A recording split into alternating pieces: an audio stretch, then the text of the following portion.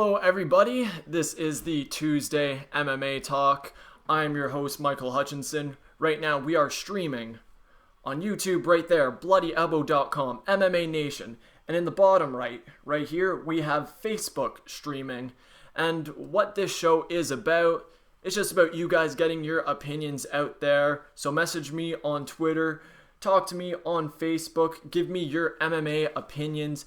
It can be a paragraph, it can be an entire page. I just want to talk to the community about everything considering MMA, the UFC, UFC 200, Conor McGregor. There's been so much going on lately. On the show today as well, we'll be talking to two men who have big opinions and a ton of knowledge in MMA. We have Robin Black coming up at 1:07 p.m. Eastern Time. As well, we have James Lynch joining the show. He's of Sportsnet, of MMA Odds Breakers, Parting Shot Podcast. He will join us at 1:20 p.m. Eastern Time. Before that, we will take some fan questions. Right here, we got on Facebook, the first question is from Mike Tess. He says, Conor should be stripped of the featherweight belt. So, what's my opinion on that? I honestly think that Conor McGregor at this point should maybe be stripped of the featherweight belt if that's not his first defense. Because a lot of people were saying, well, Conor McGregor's active. Yes, he is very active as a fighter, but he won his championship in December. Now, let's just say that he doesn't fight at UFC 200, which it sounds like he's absolutely not fighting at UFC 200. Then when is he going to fight?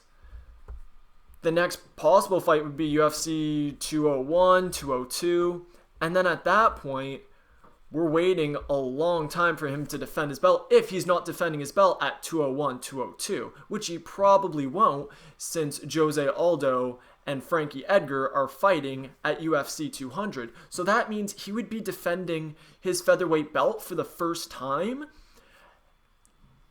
in about 11 months after he won it. Because let's just say UFC 200, Jose Aldo against Frankie Edgar.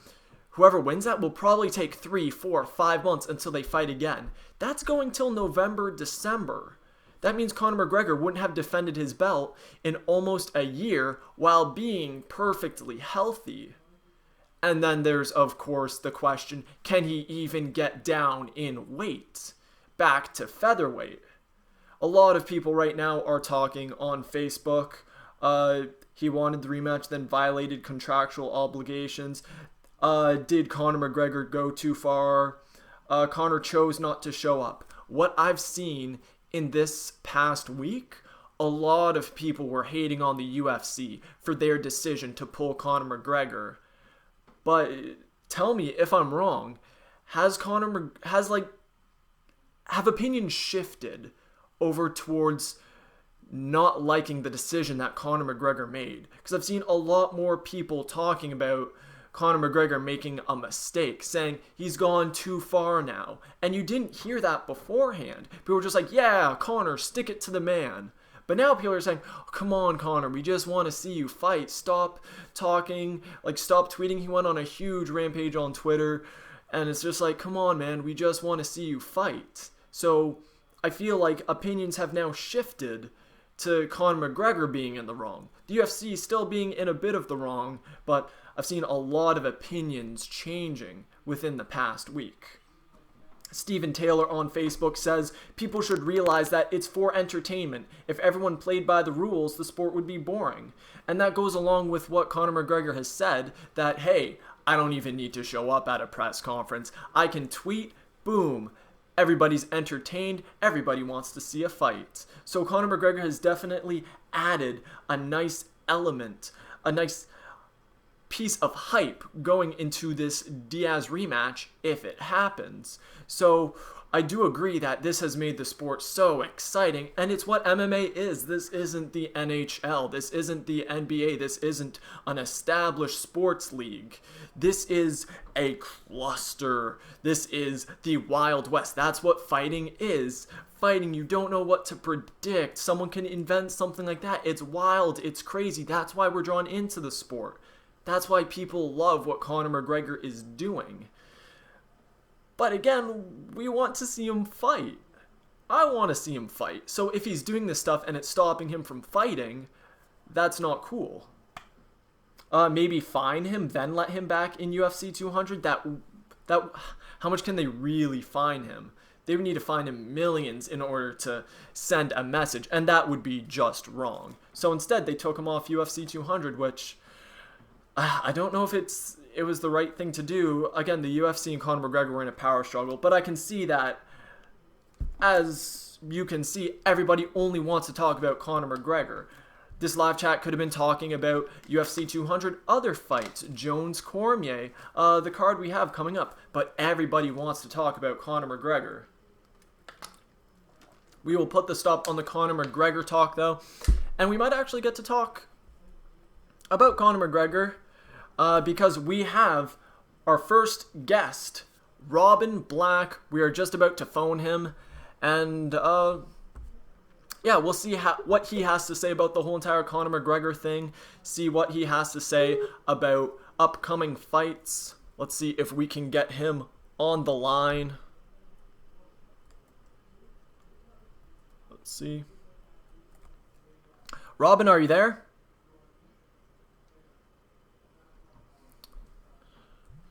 Sounds like we cannot hear Robin Black. See, Robin, are you there? Fortunately, I'm not getting anything. Hey, Robin, you there?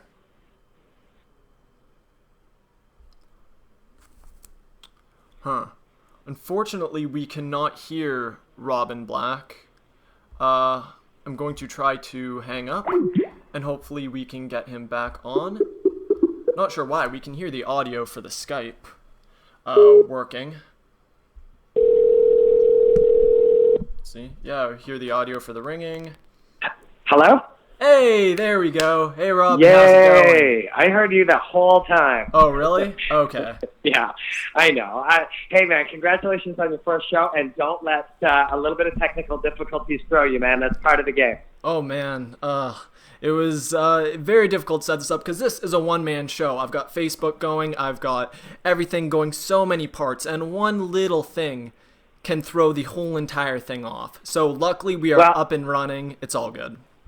Well, I hope people that are listening will appreciate the work that you're putting into it and where it's going to go from here, and that this is just part of it. And you know, if they're going to come along for the ride with you over the next weeks and months, they'll remember back to your first show, which kind of, you know, was a little bit dicey, but we stuck with it.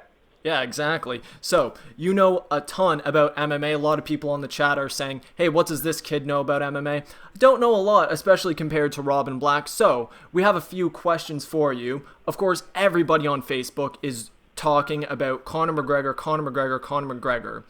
What is your perspective in this whole thing? Has your opinion shifted in the last week or so to Conor McGregor might actually be in the wrong, or was that your opinion the whole time? Or do you think the UFC is making a big power move that they shouldn't be doing?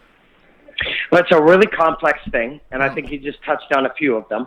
You know, on one level, you've got a guy who truly does believe, whether people disagree with him or not, and there are plenty that will disagree with him, he believes that part of his performance is linked to the amount of press that he does. Now, clearly, both he and Ronda did more press than anyone in human history, at least involved in fighting, ever did. And both of them seem to have been at least somewhat affected. When Ronda was kicked in the head and knocked unconscious, everybody said for her to come back, what she'd need to do is do no press, no red carpets, no photo shoots, no television appearances, none of that, and concentrate on fighting. We all said that. Everybody in the know, coaches, analysts, anybody said that. That's what McGregor seems to want to do, and I applaud that. I think that is exactly what somebody who wants to look for improvement will do, is go deep down the rabbit hole of study, of self-improvement, of training, of focus, of getting back to the things that got you there. So I believe he believes that. I have no doubt that he believes that, and that is at the root of why the conflict began in the first place. I have no doubt about that. Now, you put yourself in the UFC shoes. Yes, this guy makes you a ton of money. and he's a big star, and he's a big part of the sport going forward for the next couple of years from your perspective.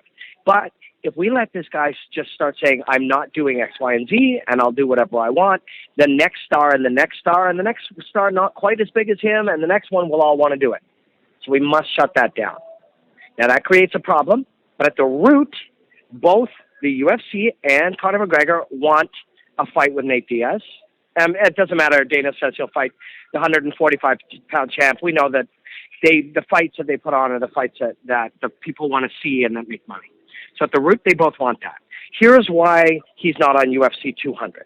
I know this is going to sound crazy, but he's not on the UFC 200 because the UFC will make a lot more money by not having him on 200. Now, I know that sounds crazy. Yeah, I see where you're going with this, but continue. Yeah, so let's just make up some numbers for our own sake of discussion. Let's say UFC 200 was going to do 2 million views. With Conor McGregor not on it, let's say it does 1.4 million views. Not pay-per-views. So they lose 600,000 pay-per-view sales. Now, UFC 202 or whatever, all of their champions and all of their big stars have just been in action. Some are injured, some are not ready to go. So UFC 201, 202, 203 have to be small shows, typical 300,000 and 400,000 pay-per-view shows. You could make one of those the Conor McGregor versus Nate Diaz show, you're going to do 1.5 million. So in our theory, you lose 500,000 pay-per-views by not having Conor McGregor on UFC 200, and you gain 1 million plus by having him on 202.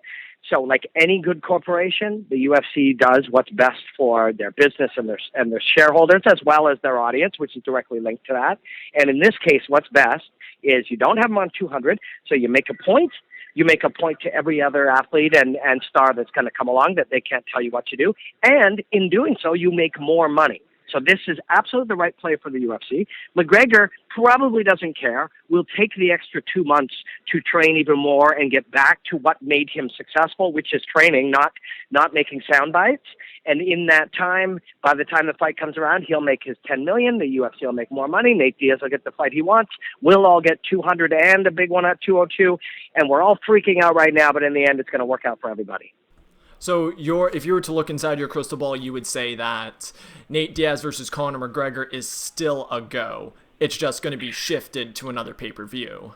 100%. It's the fight Diaz wants. It's the fight Conor wants. And the UFC wants the fight that makes the most sense from the perspective of who will pay money to see it. That's at the root of it. Conor is unlikely, in my opinion, to ever fight at 45 again.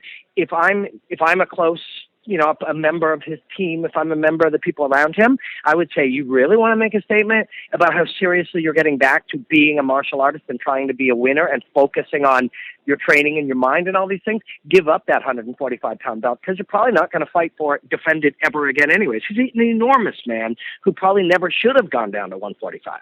So ultimately, the idea of Frankie or Aldo versus McGregor, we all kind of know that's never going to happen. So he should probably just vacate it and probably will at some point in the future.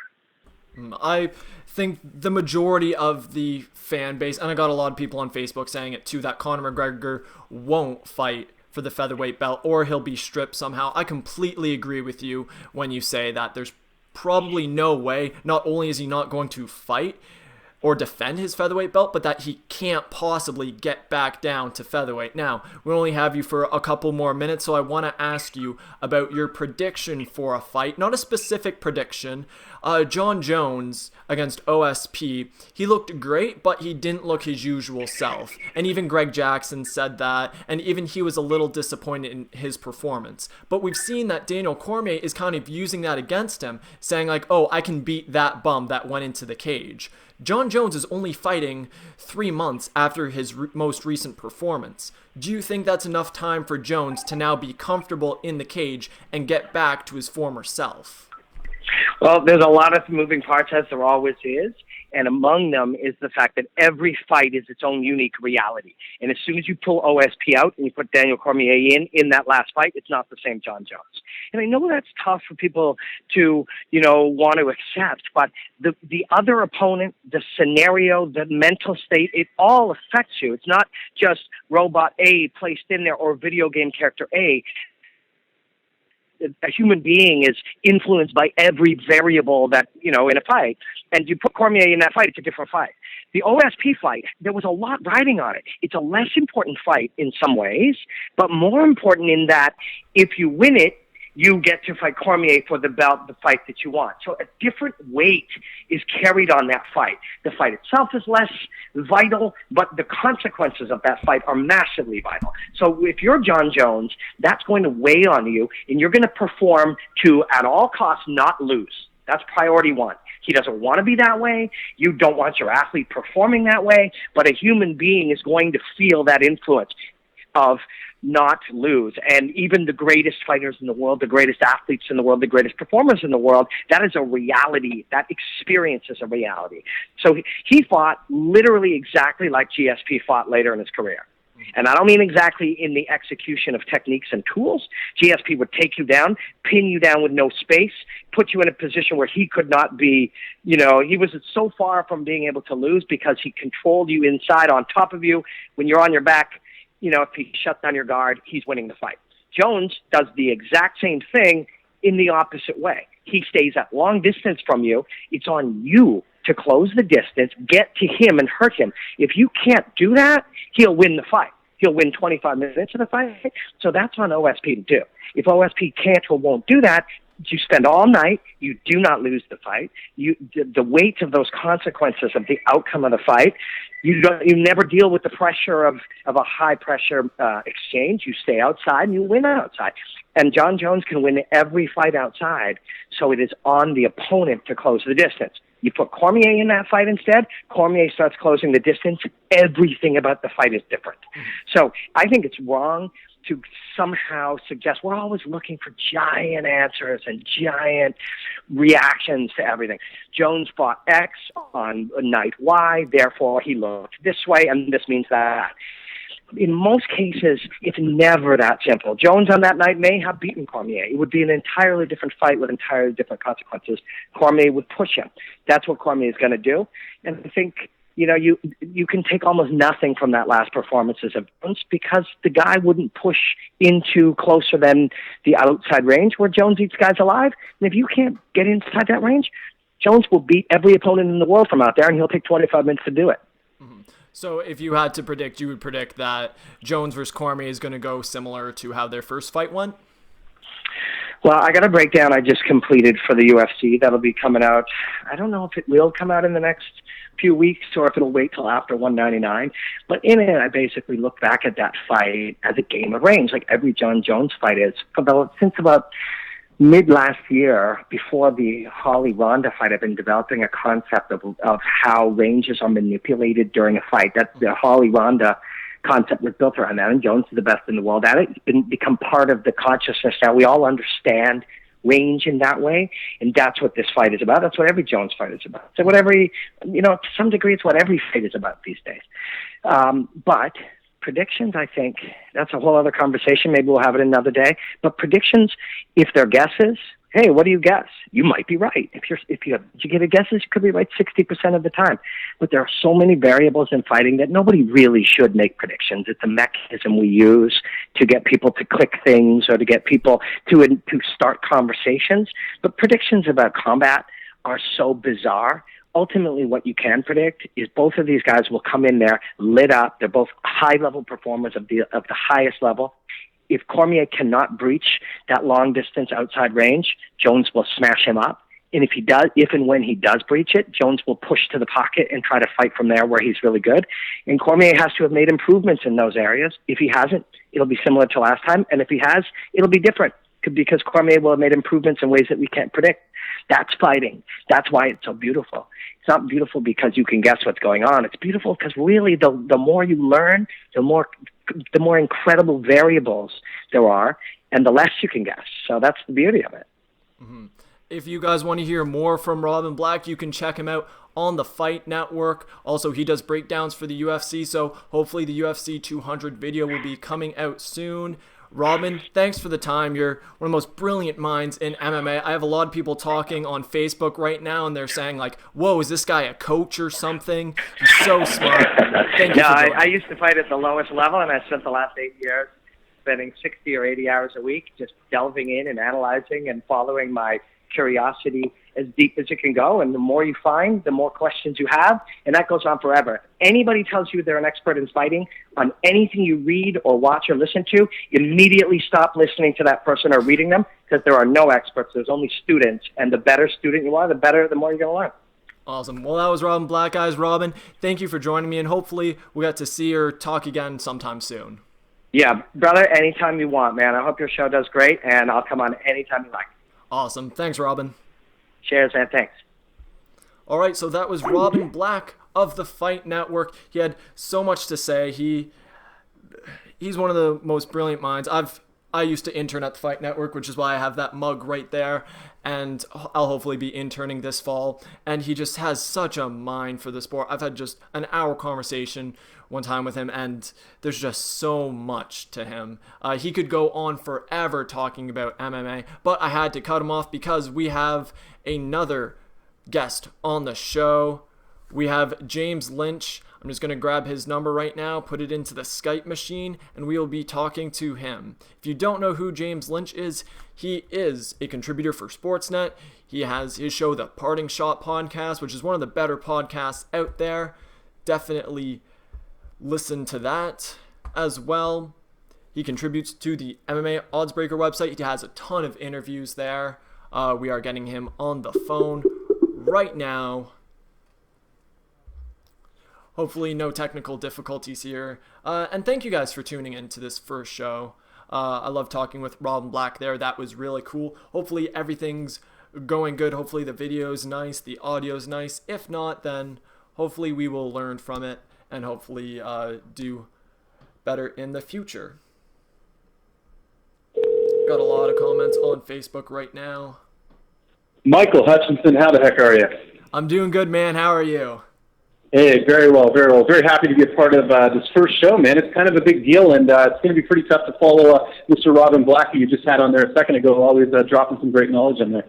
Hey, man, don't worry about it.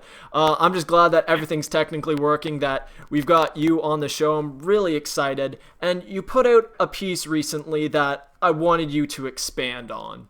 You said that Georges St-Pierre, a guy that I love, you can see the Canadian flag in the background, that he should stay retired. Now, that's an opinion that I also have, but I want to hear your point of view on that. Why do you think he should stay retired? Well, just basically what I explained in the video is, I don't feel like Georges St-Pierre owes anything to anybody. I mean, the only people who want him back are the UFC and the fans, but for George, he really doesn't gain much. I mean, he could come back to a bigger payday, but he's made his money, Mike. He's the guy who's really expanded on his brand. He's a guy that a lot of people know, and I think financially he's set up quite well.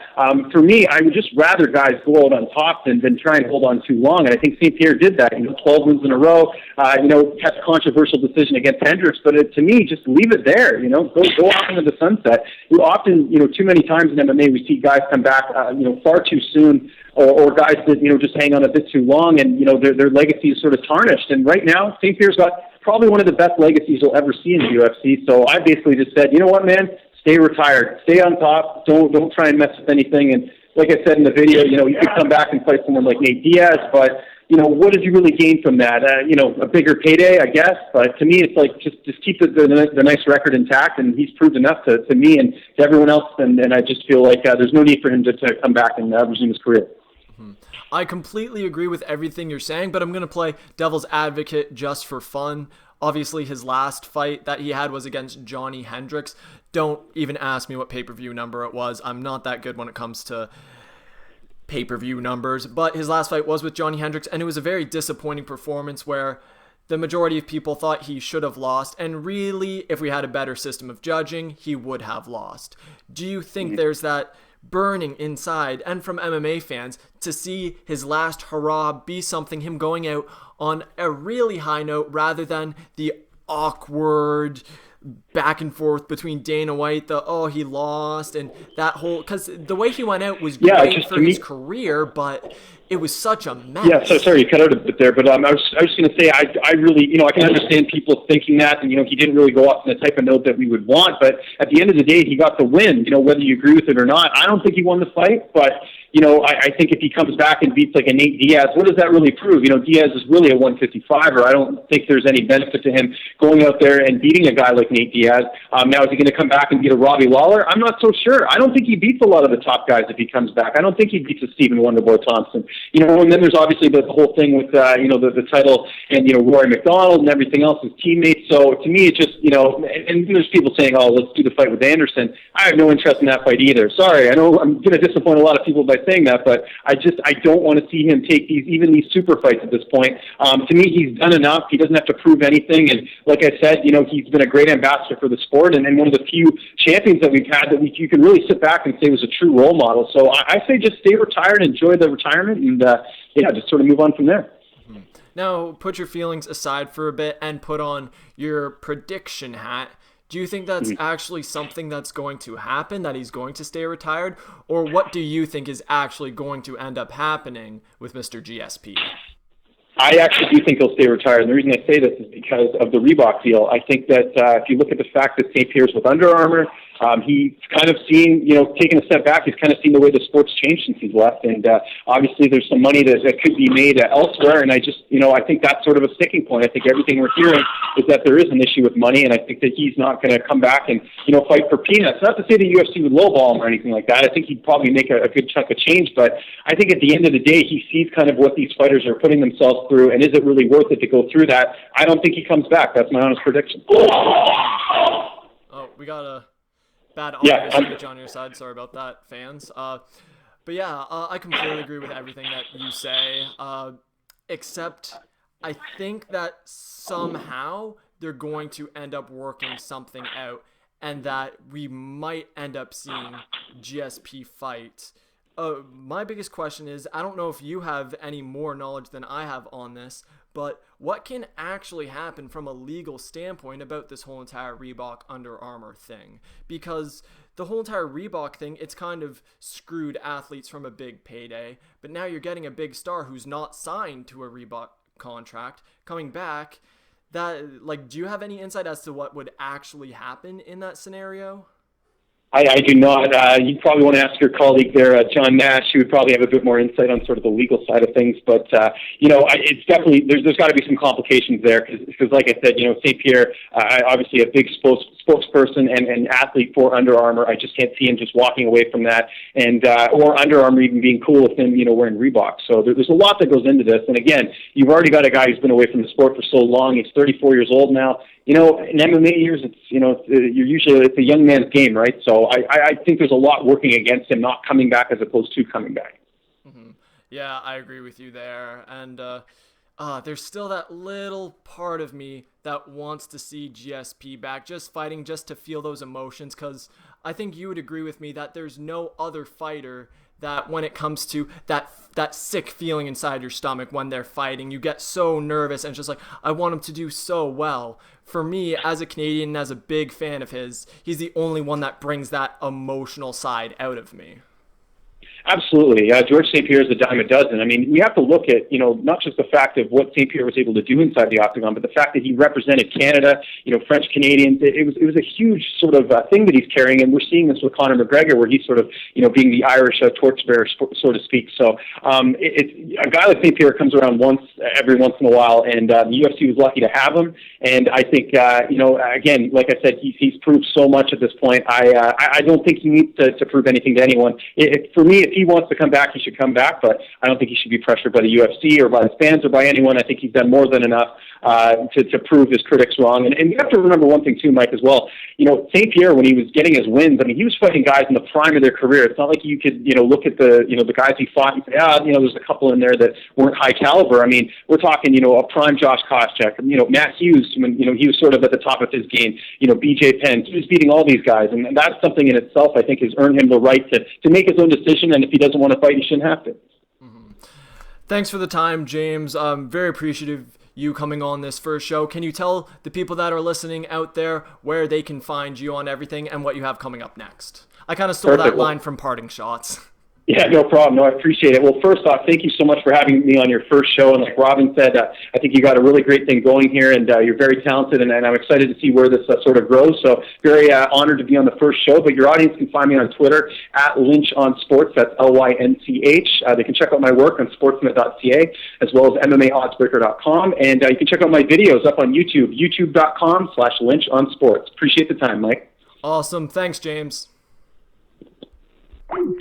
All right, guys, that was James Lynch, us talking about Georges St-Pierre. We had a lot of comments on Facebook talking about GSP and even some on Twitter. Let's go to Twitter. Savid, I'm sorry, I cannot pronounce this name. Savid Darkman. I apologize if I mispronounced that. GSP has the closest to a fairy tale ending. Why risk tarnishing it? To attain what? And yeah, that's pretty much exactly what me and James were talking about. The fact that GSP went out on such a high note, maybe a kind of off high note with all the controversy and stuff. But again, he has his brain intact, his body's intact, and there's just such a bad history of fighters staying in the sport too long that it would be great if we had someone who is such a role model stay in the sport maybe a little bit less than they should have. That's not a bad trend to start. So we are going to take a Twitter question. He goes by the name of Ponyboy. That's probably not his real name. What's his real name? Paul Macaque. And he's talking about UFC 200. I'll read this off to you guys. So, in regards to UFC 200, I think overall the UFC did a fine job of putting together high-caliber fights for the fans. It is a bit disappointing that Conor is off the card just cause it's fun to watch the man fight, but with DC vs. Jones replacing Conor vs. Diaz, it's still a huge main event, and a huge event as a whole. I'm a bit disappointed though that Lawler is not on the card. He's always an exciting fighter to watch, and it would have been nice to see him involved with UFC 200. I feel like nobody would disagree with your statement that it would have been amazing to have Robbie Lawler fight at UFC 200. That's for sure something that I think all fans would like, but the UFC has said that the card hasn't been complete, so we might end up finding Robbie Lawler on the card. But like Robin Black said earlier, why does the UFC need to keep on stacking UFC 200? They've already got it to a point where it's maxed out on how many pay-per-view buys it's going to get. Why not let some of the other champions that are still around, Robbie Lawler and Conor McGregor, have them on a separate card? That way you have UFC 200 doing 1 million pay-per-view buys, maybe a bit under, but then you have those other cards, one with Conor McGregor and maybe one with Robbie Lawler, getting another 1 million buys. So that's more total buys than you would get by just throwing Robbie Lawler on UFC 200. Robbie Lawler won't add as many pay-per-view buys onto UFC 200 as he would do on a separate card. See, we're gonna go to Facebook. Crosby sucks. I don't care about hockey. This is MMA. GSP is a point fighter, and if Rory kept fighting for points, he wouldn't unleash the Hulk in Lawler. That was John Kim on Facebook. GSP was a smart fighter. And yes, a point fighter in the way that he would fight in order to win just enough rounds. But then again, he was getting older, and he showed in his career that he was able to finish guys and that he had the power to finish, the skills to finish. But when you're against the elite of the elite, what James Lynch said, it's really hard to finish guys that are at that top in their prime, are only training for you. He had a big target on his back, and everybody that fought him had trained years in order to beat him. And you didn't get him fighting guys like Silva fought, Anderson Silva, who had no business being in there with Anderson Silva. Although Anderson Silva did finish a lot of big name fighters who were in their primes, Chael Sonnen, Vitor Belfort. Yushin Okami wasn't even that bad either. He was really good. Guy saying Canadian who doesn't care about hockey. Yeah, sorry about that. I loved hockey, was a big New Jersey Devils fan, Anaheim Ducks fan. Don't really like the Toronto Maple Leafs because, I mean, they suck. But then MMA got a grasp on me, and I've just never been able to focus on anything other than MMA since that time. John Kim says, nothing wrong with being a point fighter. Everyone has their own style. And that's exactly it. If, let's just take the Nick Diaz-George St. Pierre fight, for example. Nick Diaz complained about, like, George St. Pierre just lying on him and stuff. Well, in mixed martial arts, you have to have the skills to stop that. Because that doesn't happen every fight. So it's just not as easy as saying, hey, this guy's just lying on top of me doing nothing. Well, as anybody would say, if you're in wrestling, if you're in jiu-jitsu, we're not just going to stand you up. You have to get up. And Joe Rogan says that all the time. I don't know why this guy's complaining. You got to stand up. And that's one skill, to be able to stand up when a guy's holding you down. All right, let's see. Let's go to, believe I have another question on Twitter from my good friend, Kurt Martineau. If the UFC gave into McGregor's demands, it would set the tone for others to hold out. I have to agree with Chael Sonnen. Conor bet against real Las Vegas bettors here and lost. I think this whole thing was partially fueled by what he saw in Ireland with the unfortunate death of that fighter. But in my mind, and I'm sure a few others' minds, this is about money and leverage. The fact that the UFC machine is willing to leave a big hunk of money on the table by sitting Conor says a lot. Will UFC 200 make huge money? Absolutely. Will Conor's next fight do huge money? Yes. Will a blockbuster card at MSG do big money without Conor? Yes to that too. So basically what he's saying is kind of what I believe it was Robin said, that it doesn't matter when they fight. It doesn't matter that Conor McGregor's not on UFC 200, isn't against Nate Diaz. They're going to do big money no matter what. So a lot of people are saying, oh no, the UFC is missing out on a big payday with not having Conor McGregor at UFC 200. No, they're not. They can just put him on another card.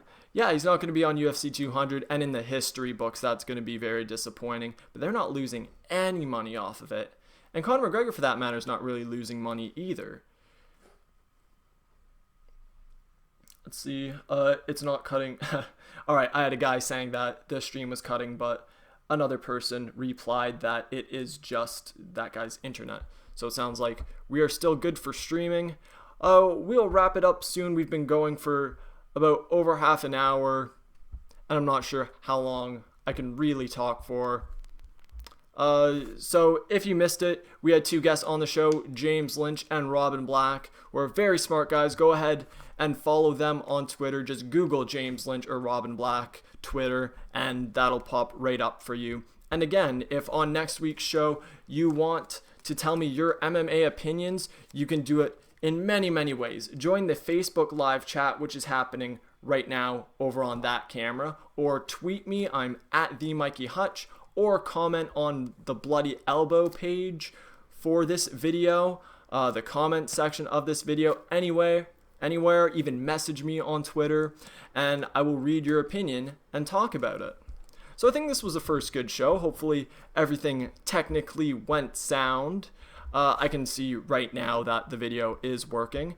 So, hey, it's good. We got through the technical difficulties, and hopefully next week we'll be able to have better resolution. The resolution, I know it's a little bit grainy. Over here it's good, but over here it's a little bit grainy.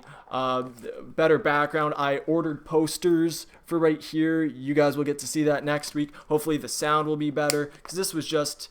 it's a first show, so we'll make it better. Thank you for joining me. If you're still watching this, I really, really appreciate it. We will hopefully have fighters as guests in the future as well. Hopefully this is the start of something good. Thanks to Robin Black and James for joining me, and we will see you next week. Probably going to push the show to 5 to 6 p.m. because that seems to be the time when more people are available to both watch and talk. So yeah, we have that to look forward to. Again, thanks for watching. and have a good day.